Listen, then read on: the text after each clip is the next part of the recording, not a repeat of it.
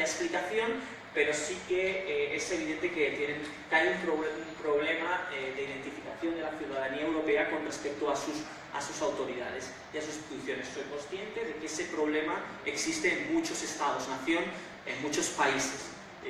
Igualmente, la desafección con respecto a los gobernantes no es algo solamente que tenga la Unión Europea, sino que tienen los países miembros y que tienen en muchos otros países fuera de la Unión Europea. Sin embargo, sí es verdad que desde la Unión Europea han sabido o han reconocido que tienen un déficit, que tienen un gap que quieren resolver, puesto que quieren de alguna manera acercar a su ciudadanía al propio proceso político. Y vivimos tiempos complicados, por eso el subtítulo, cómo comunica la Unión Europea en tiempos de crisis o de Brexit, como lo queramos llamar. Es decir, cómo utilizamos herramientas de diplomacia pública para acercar a una ciudadanía a un proceso político del cual algunos de los miembros se han desgajado o están en proceso de desgajarse últimamente. Y en ese sentido cabe que nos hagamos algunas preguntas capitales que tienen que ver con el hecho de ¿puede la comunicación, puede la diplomacia solucionar aquello que no soluciona la propia política? Es decir, yo puedo cambiar las percepciones de mis comunicados de recepción en base a un proceso que es erróneo, que es fracasado. No estoy diciendo que la Unión Europea lo sea, pero sí quiero hacer ver que la comunicación o la diplomacia pública no puede resolver o no puede ayudar a paliar y a limitar, pero no a resolver problemas de fondo que deben ser resueltos por la política. En ese sentido tenemos que tener en cuenta que son dos cosas distintas. En el año 2012, este mismo proceso que tiene la Unión Europea lo pasó el Estado español, puesto que la crisis le afectó muchísimo y tenían problemas de identificación. Entonces lanzaron algunas iniciativas de marca país. Y en esas iniciativas de marca territorio y de marca país, el problema era que estaban confundiendo lo que era una marca con lo que era el conjunto del país. Tú puedes mejorar la marca, pero eso no quiere decir que soluciones los problemas del país. Solucionando una marca no se solucionan todos los problemas políticos que tú tienes. Se pueden atemperar, se pueden dulcificar, lo que tú quieras, pero no se solucionan en sí mismos. Por lo tanto, sí que es bueno que antes de tratar todas estas cuestiones que vamos a ver hoy, sí que tengamos un prisma de actuación suficientemente claro. Y en ese sentido, sí que me gustaría iniciar, una vez que ya he expuesto que existen algunos problemas de identificación con el proceso, sí que me gustaría tratar de comenzar con una cuestión. Y la cuestión es la misma que se presentó hace ya más de 30 años un antiguo presidente de los Estados Unidos. Imaginémonos que ustedes están trabajando para la Cancillería, para de Exteriores del gobierno mexicano, y que ustedes tienen que resolver un acuerdo comercial, por ejemplo. Y tienen como socios comerciales dos fundamentales. Uno es Estados Unidos y otro es la Unión Europea. Mi pregunta es, si ustedes tienen que tratar con Estados Unidos, ¿con quién tienen que tratar? ¿A quién tienen que llamar? Es la cuestión de... ¿El teléfono lo descuelgan para llamar a quién? O bueno, supongo que no se va a poner al teléfono, pero al menos al secretario o a la secretaria de... ¿A quién tienen que llamar cuando ustedes quieren resolver un problema entre México y Estados Unidos? ¿A quién? No escucho. Trump. Efectivamente, ustedes tienen que llamar a Trump. Ya sabemos cómo es Trump, que es un tipo complicado, que además... es complicado para el resto del mundo, pero para sus vecinos mucho más, y soy consciente de ello, y en cierta forma me ha pillado de alguna manera por ello. Pero sí que es verdad que si ustedes tienen que resolver un acuerdo comercial con los Estados Unidos, ustedes tienen que llamar a Trump, a su secretaria o a quien sea. Muy bien. Eso es evidente. Ahora bien, mi pregunta es, si el problema ya no lo tienen con Estados Unidos, sino que ahora quieren un tratado comercial con Europa, lo quieren ampliar, modificar, lo que ustedes quieran. ¿Con quién tienen que hablar cuando ustedes llaman a Europa? ¿Con quién? No se tiene bien claro, hay que llamar a Bruselas, pero no sabemos a quién en Bruselas, ¿no? Este es el resumen de toda la sesión de hoy. El problema es que no sabemos a quién tenemos que llamar cuando hablamos con Bruselas. Sabemos que la capital está en Bruselas, pero no sabemos quién es. O sea, no tenemos un problema de visibilidad, no sabemos a quién tenemos que llamar por teléfono. No sabemos si ¿hay un presidente de la Unión Europea o no? ¿Quién es el presidente de la Unión Europea? ¿Perdón? No existe, como dice la compañera, es que no existe, es que no hay un presidente de la Unión Europea, es que no tenemos una figura única a la que llamar. Y tenemos muchos presidentes. Tenemos un presidente de la Comisión, uno del Parlamento Europeo, otro del Consejo de Ministros, el presidente del Banco Central Europeo. Tenemos de todo, tenemos cantidades, pero no sabemos a quién tenemos que llamar. Y luego, estos presidentes, ¿ustedes creen que resuelven mucho o es más fácil hacer una llamada tal vez a Berlín, ¿no? Llamamos a Berlín para hablar con Angela, con la canciller Merkel, probablemente solucionamos más que si llamamos a Bruselas, ¿no? Entonces es que tenemos un problema de visibilidad, un problema de identificación.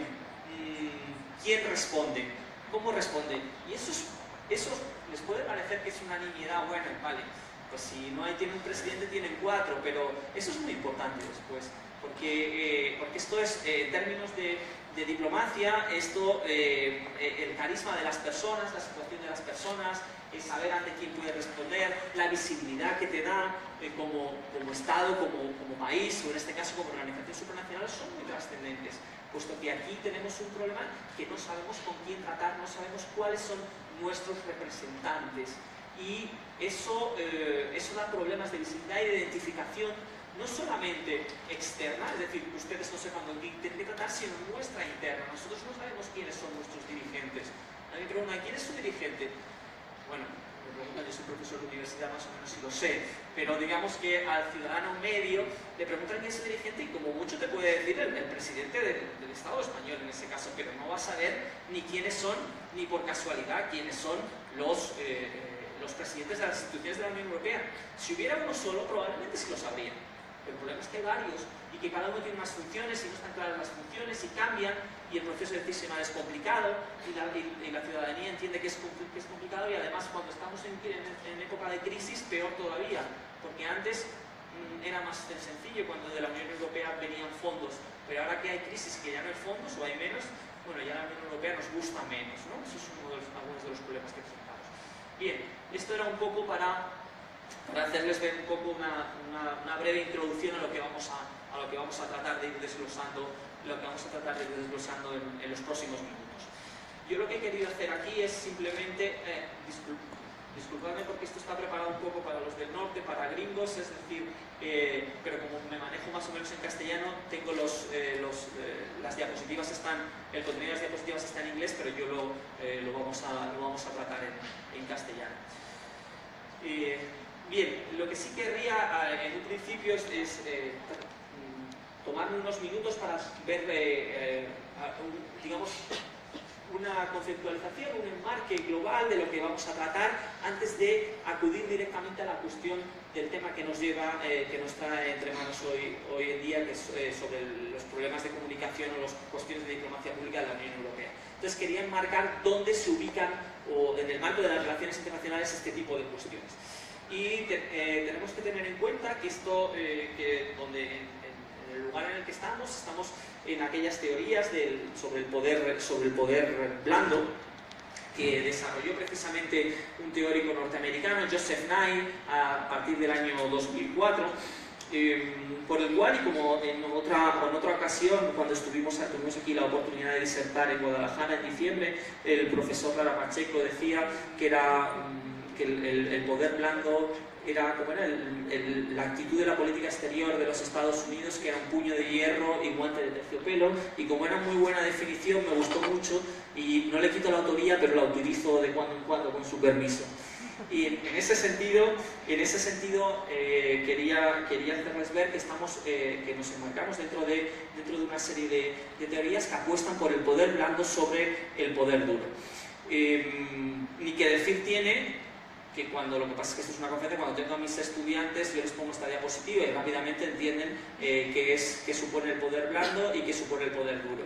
El poder duro es la imposición de nuestros intereses o de nuestras políticas por la vía de la fuerza, por la vía de la coacción directa, mientras que el poder blando consiste en la utilización de la negociación, la diplomacia, para tratar de inculcar, para tratar de que otros actores adopten nuestros intereses, pero convenciéndoles de que en su actuación conforme a nuestros intereses es lo mejor para ellos mismos. Por lo tanto, estamos hablando de teorías o de fórmulas de conducirse dentro de las relaciones internacionales que buscan evidentemente un objetivo común, es decir, que el otro actor actúe y se desarrolle en función de nuestros propios intereses, pero que lo hacen por medios relativamente o muy distintos en este caso. Por lo tanto, estamos hablando de las teorías del poder blando, y es ahí donde se insertan las teorías de la diplomacia pública, como nueva forma de diplomacia dentro del marco de la globalización y del desarrollo de las tecnologías de la información y la comunicación, en las cuales, y al contrario de la llamada vieja diplomacia, entran más allá que los estados como actores de las mismas, sino que son otros tipos de actores, véase la propia ciudadanía, las organizaciones no gubernamentales, etcétera, en un tipo de proyecciones diferentes a las que venía pregonando la diplomacia tradicional. Y dentro de la nueva diplomacia pública, como herramienta, como una de las herramientas de la nueva diplomacia pública, estaríamos hablando del territory branding o de las marcas territorio, de las teorías de la marca territorio. Y cuando nosotros hablamos de las teorías de la marca territorio, de lo que tratamos es, dentro del marco de la globalización y del desarrollo de los medios de comunicación de masas, lo que estamos tratando es de la proyección de la identidad, de las propias características de la identidad nacional para mejorar la imagen o la percepción de un territorio dentro de terceros estados, en el marco de sus medios de comunicación y también de su opinión pública.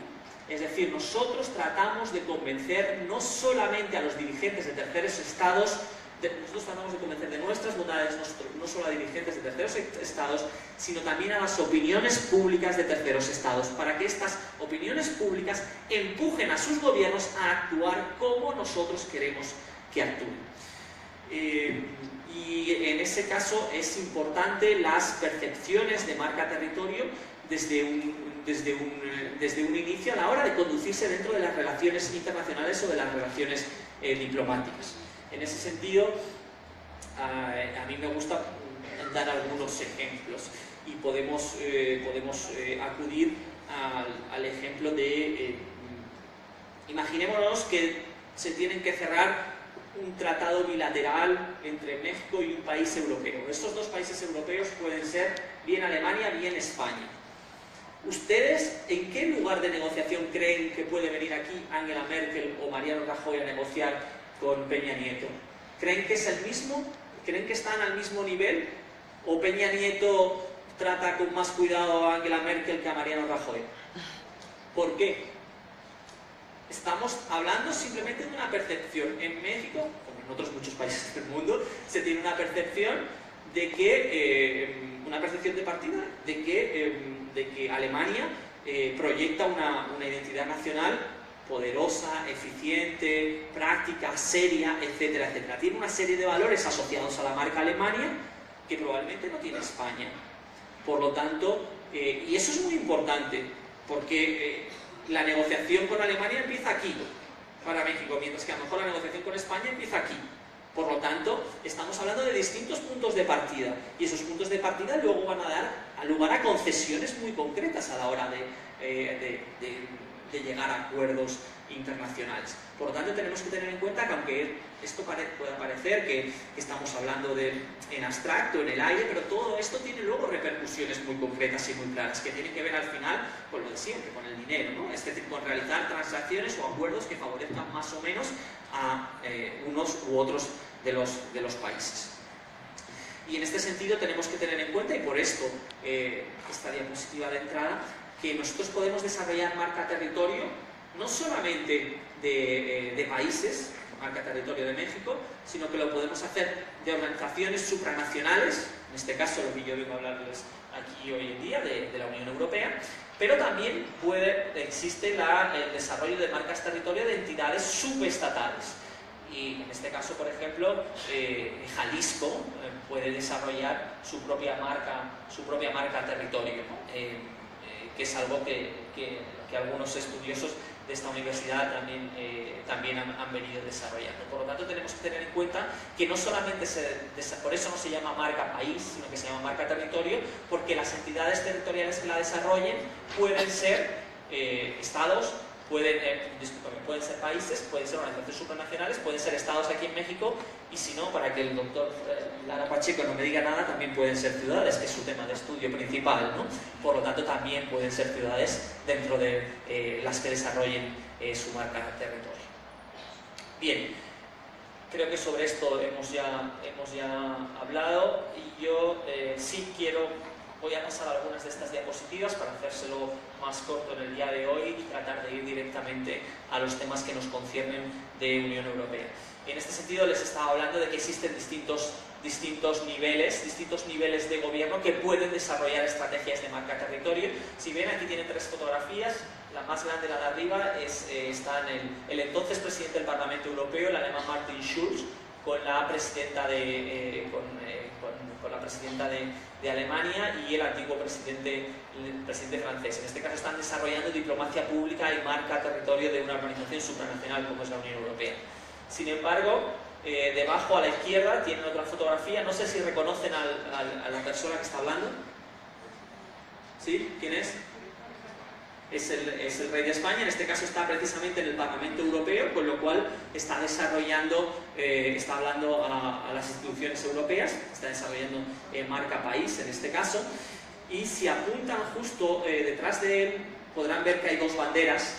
No tienen por qué saber cuáles son estas 2 banderas, de hecho es complicado. La de la izquierda tal vez sí, no se ve la parte de abajo, pero bueno, es la bandera española. Pero luego al lado hay otra bandera, que es una bandera blanca con una cinta celeste y una estrella roja en el centro. Y esta sí que es verdad que yo pediría a sus profesores que si alguien la identifica ya partan con un positivo, por lo menos, como decimos allí. Esa es una bandera de una región española, que es la región de Galicia, con una peculiaridad, y es la estrella, es una bandera estelada, es decir, que es una bandera que clama por el nacionalismo o el independentismo, al igual que la que pueden ver al lado, que es la bandera catalana con la estrella, ¿no? En este caso estaríamos hablando aquí de marca territorio, de diplomacia pública, en este caso bien de Galicia, bien de Cataluña, como en la otra de las fotografías. Bien, con lo cual les quiero decir que se puede hacer diplomacia pública, se puede desarrollar marca territorio no solamente desde el espectro de los países, sino desde el espectro de las entidades por encima de los países, pero también por debajo de los mismos. Podríamos extendernos más a la hora de tratar de dilucidar qué es lo que comprende precisamente la diplomacia pública, cuáles son los elementos constitutivos, por qué son algo más que los estados, porque hay otros actores que no son estatales, cuáles son los contenidos, los instrumentos o las dimensiones domésticas, y qué es lo realmente nuevo de la diplomacia pública. Hay quienes, por ejemplo, aquellos que pertenecen a las oficinas del Servicio de Exteriores de los Estados Unidos, te vienen a decir que la diplomacia pública, más que estudiarse, lo que debe hacer es realizarse, ejecutarse, que es eminentemente práctica y no tanto teórica. En cualquier caso, más allá de definiciones, que creo que hoy no es el momento, esto formaría parte ya, en su caso, de otra sesión más detenida o más específica, sí que me gusta siempre utilizar esta diapositiva porque es muy clarificadora. Tratamos de distinguir, porque ustedes me pueden decir, bueno, pero lo que están haciendo los estados o las organizaciones por encima de los estados o por debajo, esto es lo que se ha venido haciendo toda la vida, esto son relaciones internacionales, estamos hablando de diplomacia. Que ahora tengamos internet o no la tengamos, y que ahora podamos enviarnos WhatsApps o no enviarnos WhatsApps, y que antes teníamos que llamar por teléfono, está bien, pero tampoco cambia mucho. Bien, por lo tanto sí que tenemos que ver cuáles son digamos, aquellas cuestiones en las que evidentemente la diplomacia tradicional sí que, o la nueva diplomacia pública sí que es diferente a la diplomacia tradicional.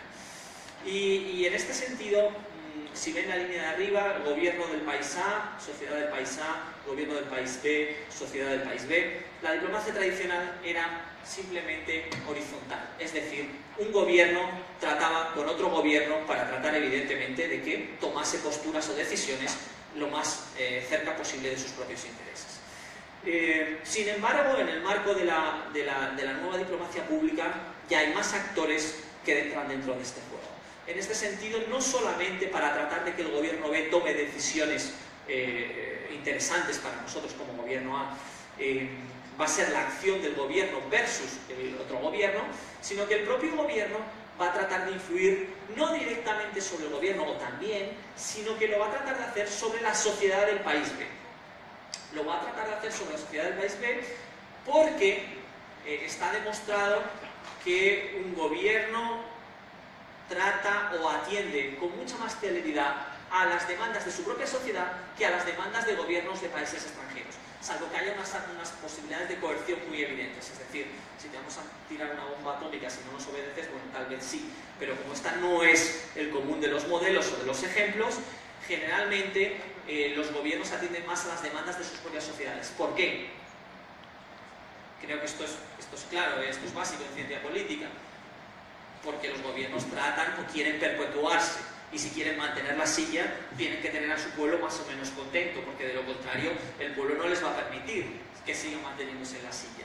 Por lo tanto, la nueva diplomacia lo que trata de decir, no, usted no actúe solamente sobre el otro gobierno, actúe también sobre su sociedad, porque el gobierno del otro país va a atender mucho más anteriormente sus reivindicaciones si son mediadas a través de la sociedad sobre la que usted está tratando de proyectarse.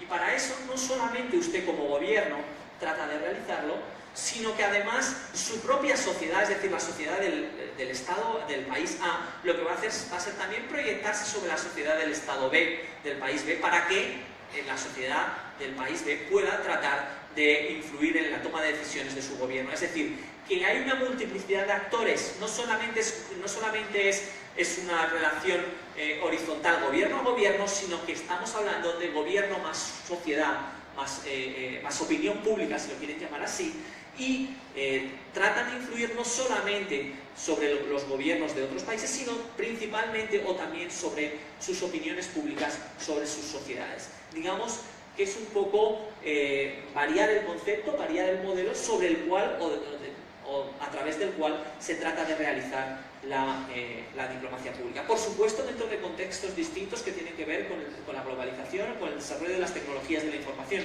Esto no lo vamos a negar. Estos son cuestiones diferentes que existen hoy en día y que tienen que tener en cuenta hoy en día y que probablemente anteriormente no eran tan trascendentes. Pero el esquema, digamos, es este que les estoy proponiendo. En este sentido, yo tengo aquí otras diapositivas en las cuales trato de ahondar más en cuáles son los factores o los elementos constitutivos de la diplomacia pública, de la marca territorio en relación a las antiguas diplomacias. Sin embargo, como quiero entrar también en el tema de la Unión Europea, no me voy a extender más con esta cuestión.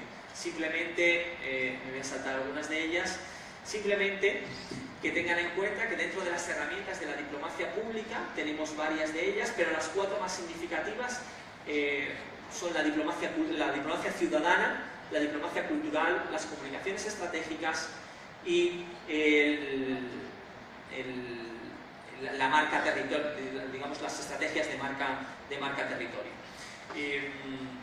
En este sentido, quiero que tengáis en cuenta que estas herramientas están interrelacionadas entre sí, porque yo no vengo ahora mismo de parte del Estado español, de España, no pertenezco a su Ministerio de Asuntos Exteriores, pero en cierta manera sí que es verdad que como servidor público de una universidad pública podríamos entender que tendría algo que ver con el Estado español y podría estar aquí haciéndoles a ustedes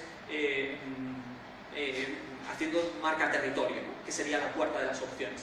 Pero mi pregunta es, si yo a ustedes les hablo aquí de marca España, ¿les estoy solamente tratando de marca territorio?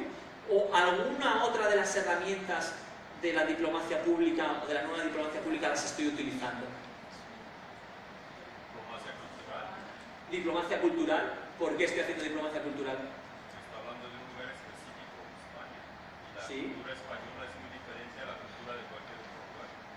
Exactamente, estamos hablando, como se dice aquí, de un intercambio de ideas de información en aspectos culturales entre naciones y personas para un entendimiento común. Efectivamente, estaría haciendo diplomacia cultural. ¿Y estaría haciendo algo más? ¿O ninguna más?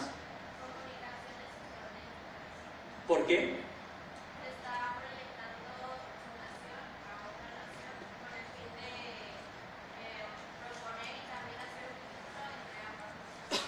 efectivamente, estaría también haciendo... No te preocupes, de pie, que voy a hacer otra pregunta, así que aprovechamos. Estaría haciendo también comunicación estratégica. Y ya la última, ¿estaría o no estaría haciendo diplomacia ciudadana? Sí. ¿Por qué? Porque está representando a su país. Como español está haciendo la diplomacia ciudadana. Claro. Española. Imagínense que yo viniese de aquí. Imagínense que yo viniese de aquí y que no fuese capaz de engarzar 3 palabras seguidas en castellano. Ustedes dirían, estos españoles, qué flojitos que son, porque mira quién nos traen aquí, que este no es capaz ni siquiera de contarnos, de enhebrar una historieta de 1 hora. O sea, menudo inútil al que hemos traído aquí.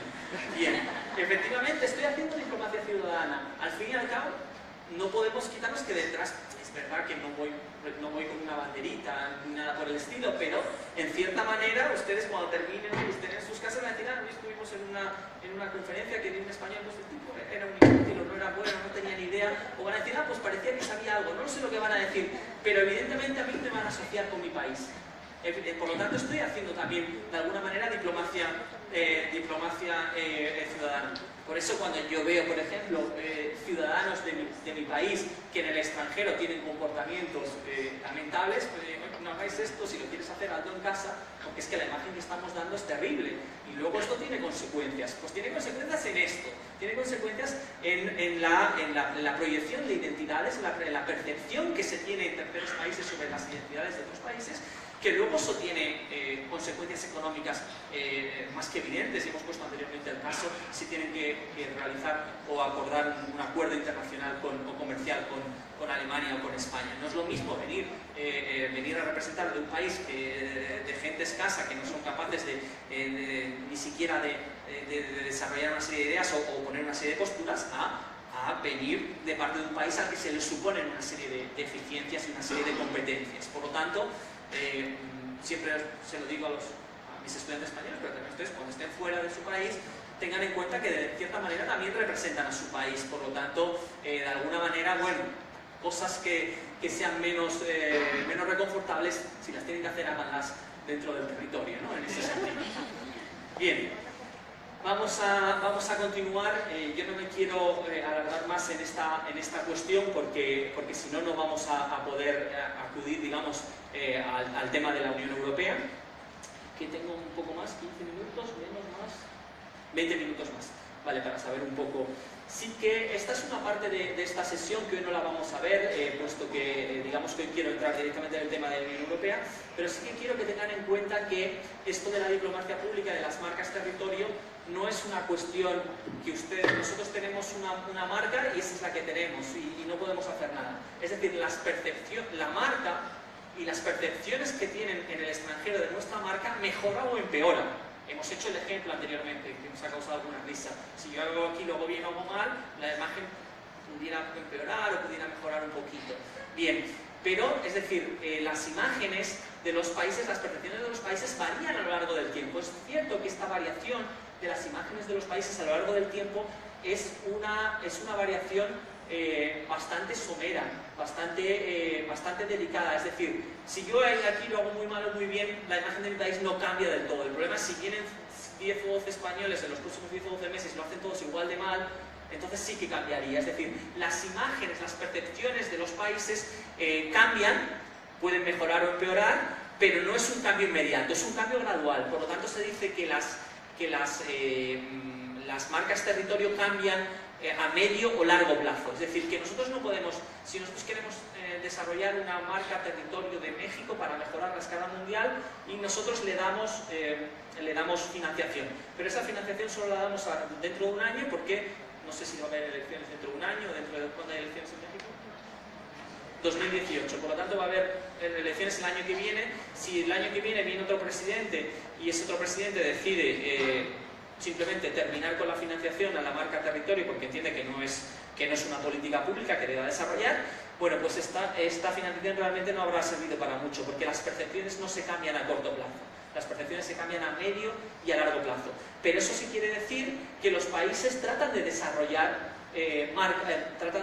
campañas de marca territorio. Esto que les pongo aquí no son más que los logos, ¿no? El logo mexicano es Vive México. hay distintos logos. Aquí les he puesto algunos logos distintos. Y es cierto que los países o las organizaciones supranacionales desarrollan estrategias de marca territorio para mejorar sus percepciones foráneas. Y en ese sentido evidentemente tratan de promover lo bueno y ocultar lo malo. Eso es evidente, tratamos de hacerlo todo. Y es cierto que los países cambian, que las marcas de los países están estereotipadas, pero que cambian a lo largo del tiempo. Y tenemos dos ejemplos. Yo suelo preguntarle a ustedes qué piensan de los alemanes y qué piensan de los españoles. Y dicen, ahora no lo vamos a hacer porque no tenemos mucho tiempo, pero sí que vamos a tomar el ejemplo de los alemanes porque es un ejemplo paradigmático en marca territorio. Los alemanes, que ustedes me dirán ahora, ¿están bien o mal considerados a escala mundial los alemanes? Bien. Más o menos bien, ¿no? Pero no se crean que esto siempre han estado bien considerados. Al fin y al cabo, durante mucho tiempo, Alemania estuvo pagando las consecuencias de haber instigado y desarrollado dos guerras mundiales dentro del continente europeo. Por lo tanto, la marca territorio de Alemania durante los años 50 y los 60 no es que era buena, es que era malísima. Era muy mala, nadie quería tener que ver con Alemania. Bueno, pues ahora Alemania pasa por tener una de las marcas territorio más reputadas a escala internacional. ¿Qué es lo que ha sucedido? Primero que han pasado 70 años, que eso es importante. Pero después que ha habido un trabajo y que ha habido un desarrollo de unas estrategias de marca territorio, en este caso muy eficientes, lo han hecho muy bien, y ahora mismo nosotros no concebimos a los alemanes como unos nazis y unos dictadores, sino que los concebimos como unas personas serias, eficientes y fiables. Bueno, pues esto, y dentro de los alemanes, como dentro de los mexicanos, dentro de los españoles, hay de todo. Habrá más serios, más eficaces y más responsables, y habrá cretinos, como en todas partes, corruptos y ladrones. Eso pasa en todas partes, pero lo que sí es verdad es que ha cambiado la percepción que tenemos en España, que tenemos en México sobre los alemanes. Han desarrollado una buena estrategia de marca territorio. Por lo tanto, haceros ver que esto es posible, que es factible, y además que no es solamente que yo digo aquí, bueno, pues los alemanes han desarrollado una buena estrategia de marca territorio, les diría también los japoneses, que es verdad, lo han hecho, sino que esto además se mide, es medible, es decir, existen consultoras, ahí tengo algunas, PlaceRun, Interbrand, Brand Architecture, varias, hay distintos tipos de barómetros, Eurobarómetro, Latinobarómetro aquí en América Latina, distintos que miden el cambio de percepciones. Y ahí lo importante no es si Alemania o México en un momento, es como las encuestas que se hacen de las tendencias de voto antes de unas elecciones. Lo importante no es si Alemania, México o España dan 80 sobre 100 o 60 sobre 100 en reputación en el extranjero. Lo importante es ver las series. Es decir, si España da 60 sobre 100 y hace 10 años daba 40, es que lo está haciendo muy bien. Pero si hace 10 años daba 80 y ahora da 60, es que España lo está haciendo muy mal. Es que tiene un problema de reputación que está descendiendo y que se está dinamitando. Por lo tanto, hay que tener en cuenta que la funcionalidad o la eficiencia de las estrategias de marca territorio es medible, pero que lo importante no es una foto concreta, sino que lo importante son ver una serie para saber hacia dónde está desarrollándose o si está siendo positiva o efectiva una estrategia de marca territorio o si simplemente no existe, como ha sucedido en algunos países. Bien, una vez dicho esto, yo me voy a saltar toda esta parte de mi presentación para ir directamente ya a la cuestión de les puedo hacer porque esta es una ilustración que tengo precisamente para el diseño de marca de estrategias, para el diseño de estrategias de diplomacia pública, donde te dice que una de las cuestiones esenciales es mirar al pasado, qué es lo que hiciste bien y qué es lo que hiciste mal. Bueno, como creo que estamos en un foro que lo permite, aquí les dejo la ilustración simplemente. No van a decir que yo tengo nada contra los vecinos del norte, solamente era mi ilustración, básicamente. Bien, sí que vamos a tratar de algunas cositas sobre política de comunicación y sobre diplomacia pública de la Unión Europea, una vez que hemos dado algunas cuestiones introductorias. Sí que lo que yo voy a tratar lo que voy a tratar de hablarles a ustedes hoy aquí, unos minutos, son de 4 cuestiones. La primera, y la hemos dilucidado anteriormente en la introducción, el hecho de que Europa tiene un problema de imagen, que tiene una visibilidad muy reducida o una percepción negativa dentro de la opinión pública, en este caso europea.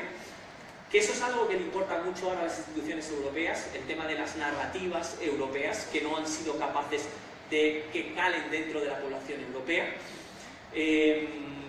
puesto que básicamente la Unión Europea, no sé si ustedes están al tanto, pero nace después de las 2 guerras mundiales como una forma de poner en común, en aquel momento era el carbón y el acero con el primer Tratado de París, para que entre las potencias europeas, en ese caso principalmente entre Francia y Alemania, para que en base a la cooperación comercial y económica simplemente cooperasen, se integrasen y dejasen de pelearse y de matarse, ¿no?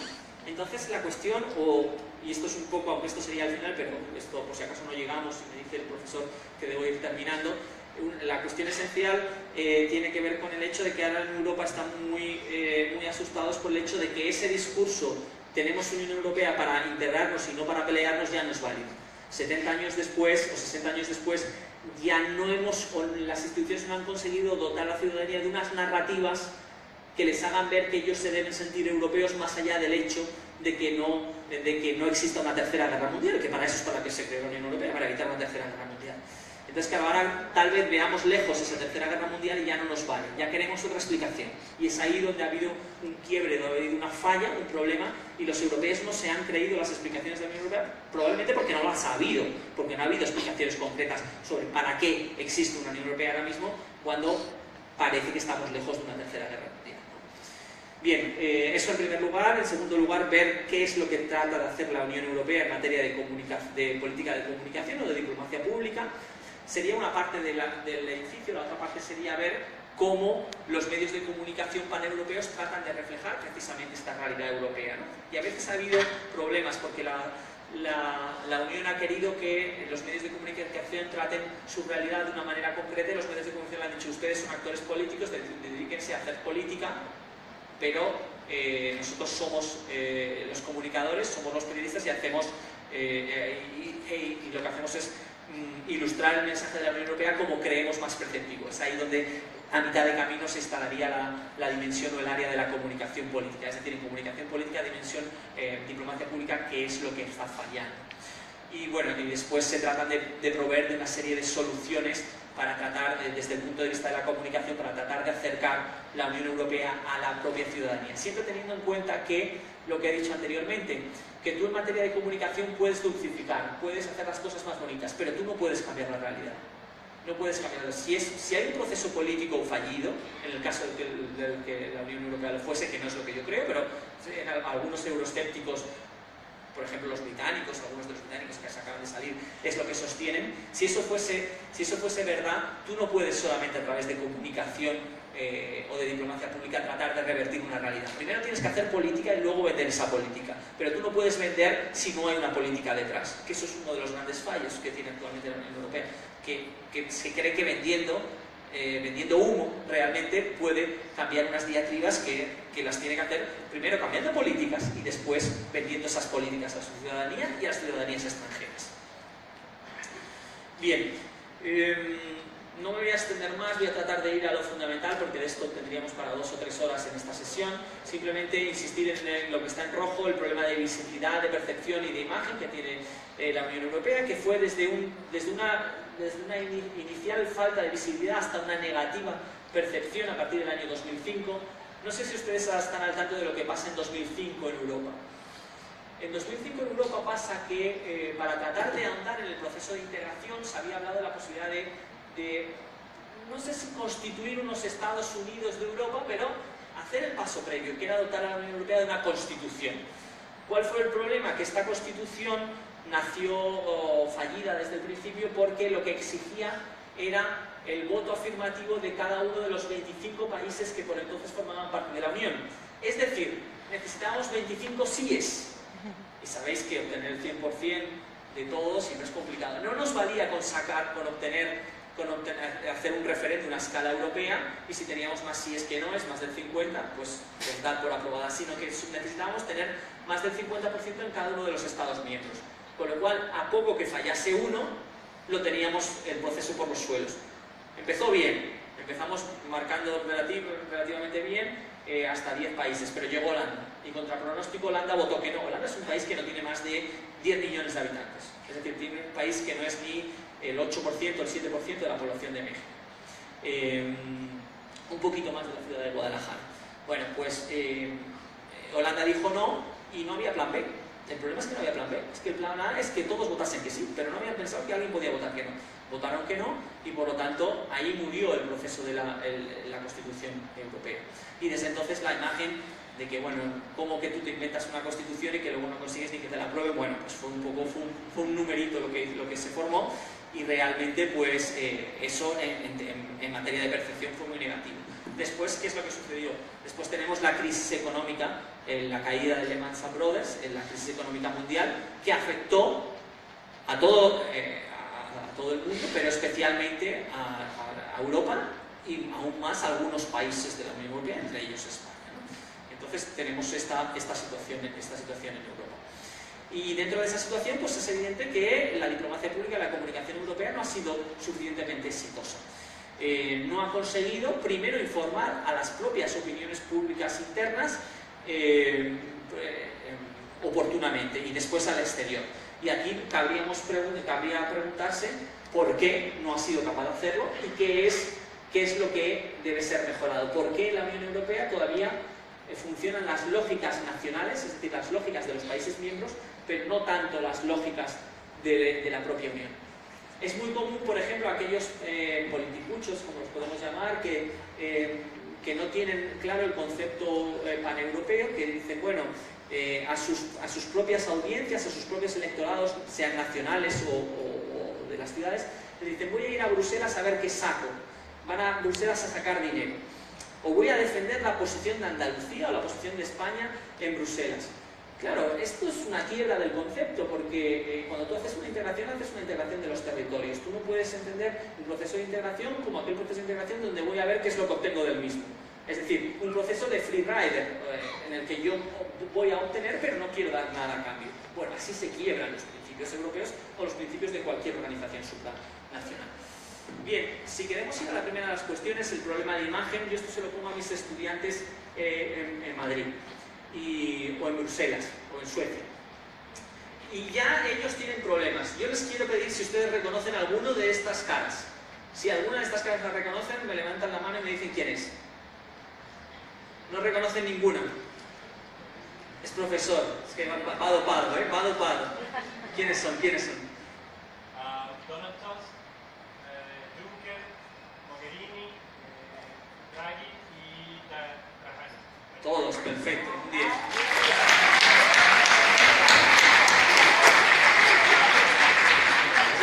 Ya, déjame que te pongan un apuro, entonces dime. Departamento de Estudios Europeos, es que iba con eco doble, Pero lo que más me interesa, aparte de los nombres, ¿quiénes son? ¿Qué puestos tienen? Presidente del Consejo, presidente de la Comisión, alta comisionada de Política Exterior, el presidente del Banco Central, gobernador del Banco Central Europeo y el presidente del Parlamento. Del Parlamento. Perfecto, otro día. Bien, más allá de nuestro profesor que tenía motivos, no es exigible a ustedes que ustedes hubieran sabido estos nombres, pero sí que tiene que ver con la primera cuestión que hablábamos. ¿A quién llamo cuando hablo con Europa? El problema es que tenemos muchos nombres y además tenemos muchos, son presidentes de distintas instituciones y además, por lo general, son personajes poco reconocidos. No son personajes que ustedes digan, bueno, pero es que este fue Felipe González, que fue el antiguo presidente español que tenía su prestigio. O fue, iba a poner un mal ejemplo, Berlusconi, que no era un buen ejemplo. Pero bueno, es decir, mi pregunta o la cuestión es, y ahora ya no vale que tú respondas, ahora solo pueden responder ellos, porque ya sé que tú sí lo sabes, que mientras que estos no saben ustedes quiénes son, quería preguntarles si saben quiénes son estos, o alguno de ellos por lo menos. Alguno de ellos sí los identifican, ¿verdad? Angela Merkel en el centro, la hemos puesto en el centro porque ahora Europa Alemania está muy en el centro de Europa. ¿Quién más? ¿Perdón? Abajo, Mariano Rajoy, presidente español. ¿Quién más? Emmanuel Macron. Y yo les he puesto una foto en la que sale muy mal, como se quiere ir de Europa, pues yo le he puesto una foto en la que sale muy mal Acúsenme de tendencioso, de hacer comunicación política a través de mis propias conferencias. Es Theresa May, que es la primera ministra del Reino Unido. Con esto, ¿qué les quiero decir? Que estos personajes sabemos quiénes son, estos no sabemos quiénes son, salvo un caso muy excepcional, ¿no? Con esto les quiero decir que hay un problema de visibilidad. Y mi pregunta es, ¿ustedes creen que este problema de visibilidad es inocente o es buscado?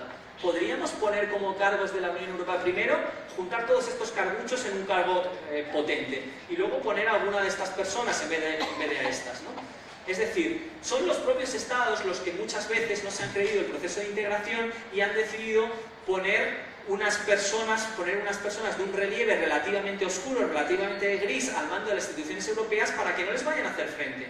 Porque claro, aquí no podemos poner personas de gran carisma intelectual con grandes poderes que les digan a los estados los que tienen que hacer. Ese es el problema, que algunos de los países todavía no han concebido, y generalmente son los países más grandes, más poderosos, claro. Por ejemplo, Jean-Claude Juncker fue el antiguo primer ministro de un estado como Luxemburgo. Claro, Luxemburgo, que es un país muy pequeño, pues sí, a Luxemburgo sí le parece bien todo el tema de la integración, de ponerlo todo en común, etcétera, etcétera. A los que no le parece bien son a estos, a Francia, a España, a Alemania, a Italia, que dicen, oye, yo es que tengo más, no quiero poner tanto. Bueno, pues aquí vemos los propios problemas de política de integración reflejados con respecto a la propia visibilidad de la Unión Europea. En ese sentido, y esto tiene que ver con alguna de las cuestiones que os he dicho, que el problema que tienen no solo de visibilidad, sino de percepción dentro de las propias ciudadanía europea, que tiene que ver con el hecho de que Europa no ha sido capaz seis décadas después de autoexplicarse a sí misma. Y eso ya no es vendible, el hecho de que tenemos Europa para no tener guerra. Y por lo tanto eso ha sucedido que algunos países, por ejemplo, que han sido siempre muy eurófilos, ahora ya no lo sean tantos.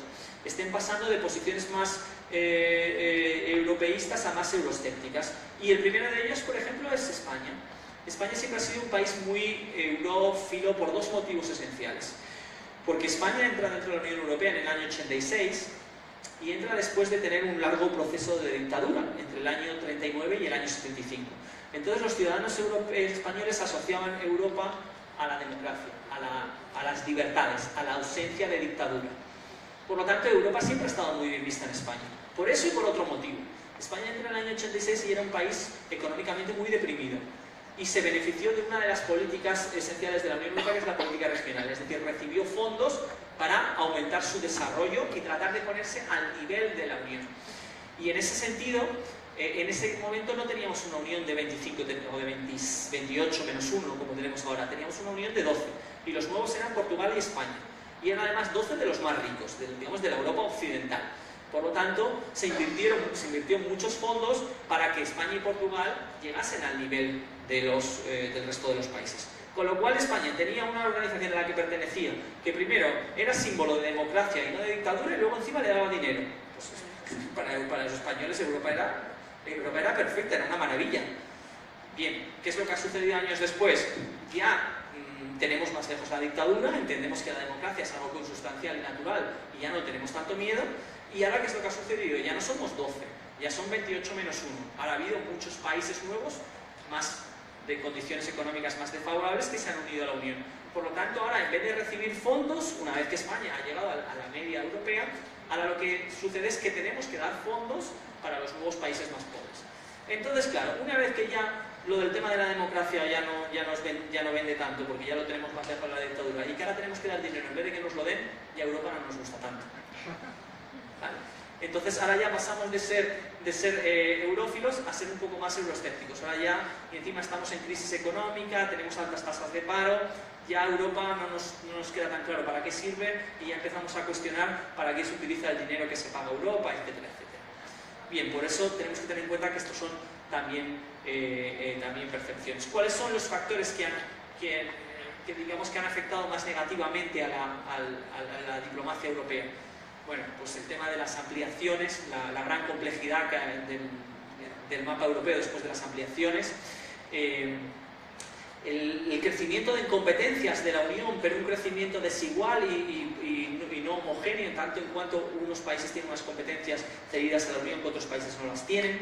El bajo perfil de los líderes europeos, como hemos dicho anteriormente, y también el problema de la complejidad del proceso de toma de decisiones. Tomar decisiones en la Unión Europea es muy complejo, es muy lento y no siempre las decisiones que se toman nos gustan, por lo tanto tenemos problemas. Y en ese sentido sí que se ha aceptado que hay problemas de comunicación sobre la realidad europea, y que es un desafío el poder construir un modelo de diplomacia pública que sea capaz de acercar Europa a su ciudadanía y, por lo tanto, luego proyectar una mejor imagen sobre terceros estados. Aquí hay algunas cuestiones en las que yo no voy a entrar para ir terminando, cuáles son los desafíos sectoriales, etcétera, etcétera, porque la complejidad, el problema lingüístico, los problemas de participación en Europa en las elecciones, todo esto necesitaríamos un poco más de tiempo. Sí que me gusta, porque sé que bajo esa máxima de que una imagen vale más que 1000 palabras y que luego nos quedamos con flashes, con imágenes, sí que me gusta ponerles esta imagen que trata de resumir un poco la conferencia, en el sentido de que nosotros podemos hacer diplomacia, podemos tratar de comunicar, podemos tratar de edulcorar la realidad, pero claro, el problema es que luego la realidad es la que es. No sé si ustedes esta fotografía saben a qué momento histórico se retrotrae. Esto se retrotrae al año 2003. Es la famosa foto de las Azores, en la cual el entonces presidente norteamericano, George Bush, había decidido que sin el mandato de la ONU iba a intervenir, como decía ello, o sea, que iba a bombardear Irak. En ese caso, el presidente británico, el primer ministro, disculpen, Tony Blair, estaba de acuerdo, y en las Azores se vio seguido de entonces, según lo vean ustedes, a la izquierda, es el entonces presidente de Portugal, José Manuel Durão Barroso, y el entonces presidente español, José María Aznar. Bien, ¿por qué pongo esta fotografía? Porque Europa tiene una política exterior y de seguridad común. Y nosotros tenemos aquí 3 estados que estaban haciendo lo contrario de lo que pregonaba esa política exterior y de seguridad común. Es decir, la política exterior de seguridad común, comandada en ese momento por Alemania, había dicho no hay que intervenir en Irak si no hay un mandato de las Naciones Unidas. Sin embargo, 3 países de la Unión se la saltaron a la torera, España, Portugal y el Reino Unido, y en esta foto legitimaron al presidente norteamericano con aquella manida historieta de las armas de destrucción masiva que luego nunca hubo. Bien, pero me interesa la fotografía por algo más. El presidente portugués Durão Barroso fue el último año que fue presidente de Portugal. Desde 2004 fue presidente de la Comisión Europea, fue el antecesor de de Prodi, de la Comisión Prodi. Es decir, fue presidente de la Comisión Europea, es decir, pasó un año antes de saltarse toda la política exterior y de seguridad común de la Unión Europea, porque le pareció oportuno junto al Reino Unido y a España, a liderar las propuestas y las comunes de la Unión Europea como presidente de la Comisión Europea. ¿Qué credibilidad puede tener una organización que pone como uno de sus líderes a aquella persona que se había saltado las políticas exteriores de la Unión un año antes, solo un año antes? Con esto les quiero decir que podemos comunicar, pero que la política está detrás y que la ciudadanía no es estúpida. Es difícil comunicar cosas tan incongruentes como las que vemos en esta fotografía. Y luego esto pasa, luego se pasa el recibo, luego la ciudadanía termina por entenderlo, sabe que, dice, bueno, pero ¿cómo que usted me está diciendo ahora que tenemos que construir Europa si usted la deconstrujo hace un año simplemente haciendo lo que quería, ¿no? Bien, este tipo de cuestiones tienen sus consecuencias también, y luego no es fácil de lanzar una diplomacia pública que la resuelva. Bien, yo tengo aquí también para ir terminando porque entiendo también que les quiero dar un poco de espacios. Me han quedado muchas cosas, estoy encantado de resolverlas en el periodo de dudas. Yo tenía aquí estos son datos del Eurobarómetro de noviembre de este año, del año pasado, en el cual hablan de la confianza que tienen las instituciones europeas, la ciudadanía europea, son muy bajas. Cada una, el tema de si están o no bien informados en temas de Unión Europea, las estadísticas son tremendas, no las vamos a desglosar ahora. Si la imagen de la Unión Europea es positiva, solamente el 35%, un poco más de un tercio de los ciudadanos de la Unión tiene una imagen positiva sobre la Organización Supranacional de la que forman parte. Bien, no les voy a dar el latazo con este tipo de cuestiones, pues porque porque hay varias estadísticas y no quiero yo perder más tiempo en estas cuestiones. Sí que voy a ir un poco al final para darles una conclusión un poco de este tema. Aquí tenemos más estudios que refrendan un poco lo que he tratado de contarles hoy, algunas de las soluciones. A mí me gusta terminar con dándoles algunas nociones, que es cuando dicen, bueno, ¿cuáles son las posibles soluciones para tratar de acercar Europa a su ciudadanía? ¿Cómo podemos tratar de buscar nuevas narrativas? Y en ese sentido es evidente que no podemos renunciar a las tecnologías de la información y la comunicación. Tenemos que tener en cuenta que ahora, como podemos captar nuevos ciudadanos, son los ciudadanos más jóvenes, son ustedes en este caso, y esto se capta a través de medios en línea, a través de redes sociales, blogs, apps, etc. Tenemos que tener en cuenta que la Unión debe buscar desarrollar un esfuerzo para comunicar más y mejor, y para tratar de evitar las lagunas dentro de la comunicación europea que existen, y sobre todo para tratar de explicar Europa a sus ciudadanos sobre todo de la manera que Europa afecta a las vidas de sus ciudadanos. Yo por eso pongo estas fotografías. Y muchos de mis alumnos ahora mismo están de vacaciones, porque allí es el periodo estival, pero ellos van a la universidad en trenes que están pagados por la Unión Europea.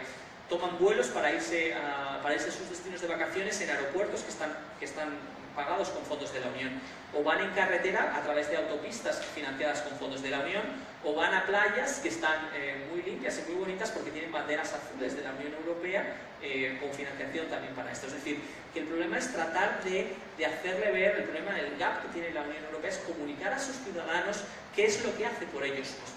Y entonces yo termino con esta imagen en la cual, que a ustedes probablemente no les llame la atención, pero que son dos edificios. Un edificio es el de la izquierda, el marroncito es el edificio en el que doy clase en Madrid, que es un edificio de estos que llaman inteligente. Es inteligente, pero luego en invierno te mueres de frío porque la calefacción se pone inteligentemente a las 10 de la mañana y a las 8 hace mucho frío. Y el edificio en el que doy clase en el Colegio de Europa, en Brujas. ¿Qué es común para estos dos edificios? Estos dos, sí, aparte que son cuadrados.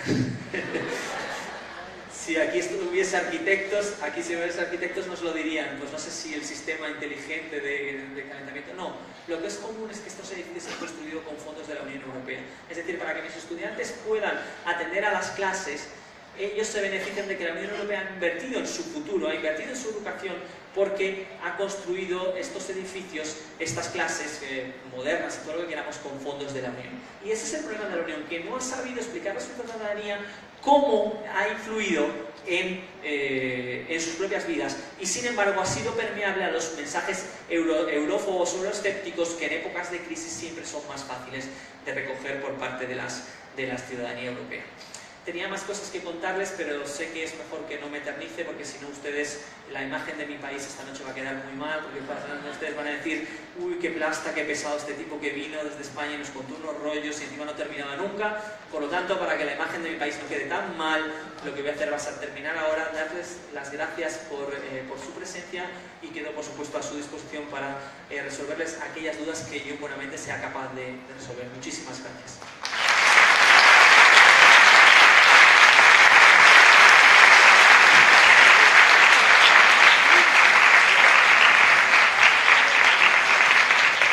Tenemos 15 minutos para una sesión de